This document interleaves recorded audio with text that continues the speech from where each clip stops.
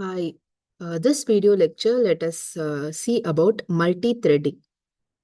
So we all know thread is nothing but a lightweight process.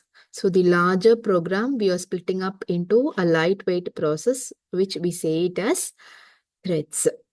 So these threads can be executed parallelly. So that is what we say it as multi-threading.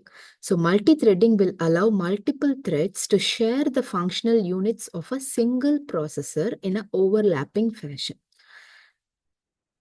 So for this, there are different approaches. One is fine-grained or interleaved multithreading. The second approach is coarse-grained or blocked multithreading.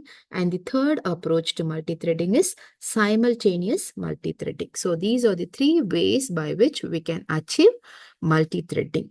So let us see how these three approaches will work. So first, fine-grained or interleaved multithreading. So here, there will be a switch between the threads on each instruction. So you can look at the example here. Let us assume that you have 4 threads, thread A, B, C, and D. Okay. So you have some n number of instructions in each and every thread. So to differentiate, we have pick a different colors. So in a fine grained, first initially it will start with thread A. Okay. So the first line will be executed and then it will switch to thread B. Then the first line of thread B will execute. After that, it will switch to C, then to D. Then the second line of thread A, second line of thread B, second line of thread C, and second line of thread D. So here the switches between the thread will occur on each instruction. So that we say this as interleaved multi-threading. So mostly it will be done in a round robin fashion. So in case if there is any stall, in that case it will be skipped. Okay. So you can look at the diagram here. Here the second one is fine-grained or interleaved multi-threading. So first thread A followed by thread B, C, D, then again A, B, C, D. So it goes on like this in a round robin fashion. So the advantage of this is the throughput losses. So you can hide the throughput losses. So if there is any stall, we can switch that and then we can continue with the execution of the next thread. But the disadvantage is it slows down the execution of the individual thread. In this case, thread A, the second instruction of thread A has to wait for all the first instruction of the other threads to execute. So it slows down the execution of the individual thread. Even though the second line is ready to execute, it has to wait until the other threads are completed. The first instruction of the other threads are completed. Then only we can proceed with the next instruction in the thread E.